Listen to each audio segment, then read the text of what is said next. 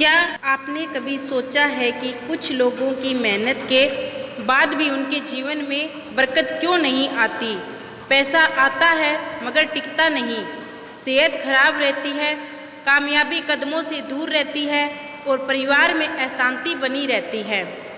अगर ये सब कुछ आपके साथ भी हो रहा है तो आज इस वीडियो को अंत तक जरूर देखिए, क्योंकि इसका कारण हो सकता है कि आपके ही घर का दक्षिण पश्चिम या दक्षिण पूर्व कोना, जहां पर टॉयलेट, गड्ढा या बोरवेल बना हुआ है। हम आपको ठोक कर गारंटी के साथ कह रहे हैं कि जिस किसी ने भी दक्षिण पश्चिम या दक्षिण पूर्व कोने में टॉयलेट या गड्ढा बना लिया, उसका जीवन धीरे धीरे गर्त की ओर जाने लगता है।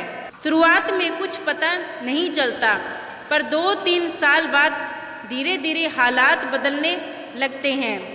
बीमारी, कर्ज, तनाव, रिश्तों में खटास और आर्थिक तंगी। और अगर 7 साल से ज़्यादा वक्त बीत गया हो तो समझ लीजिए भगवान भी उस स्थिति को बचाने में असहाय हो जाते हैं। हमारे पास ऐसे सैकड़ों केस हैं जहां घर में रहने वाले लोगों की स्थिति पहले बहुत अच्छी थी, लेकिन जैसे ही उन्होंने टॉयलेट या बोरवेल गलत दिशा में बनाया, उनकी कमर टूट गई। ना पैसा बचा, ना सेहत, ना शांति।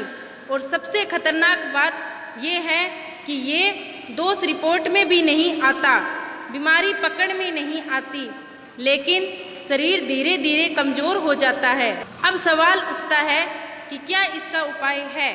तो सुन लीजिए, इस दोष का कोई उपाय चिपकाने, लटकाने या कोने में कोई चीज़ रखने से नहीं होगा।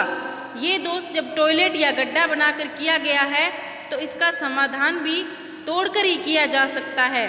आप चाहे कितने भी लाल किताब, वास्तु उपाय या ऊर्जा तत्व घर में रख लीजिए, अगर साउथ वेस्ट में गड्ढा है तो जीवन में स्थायित्व नहीं आएगा। आप अपने बच्चों को पढ़ा रहे हो, संस्कार दे रहे हो, लेकिन अगर घर की जड़ यानी नींव में ही वास्तु दोष है तो ना भाग्य साथ देगा, ना मेहनत रंग लाएगी।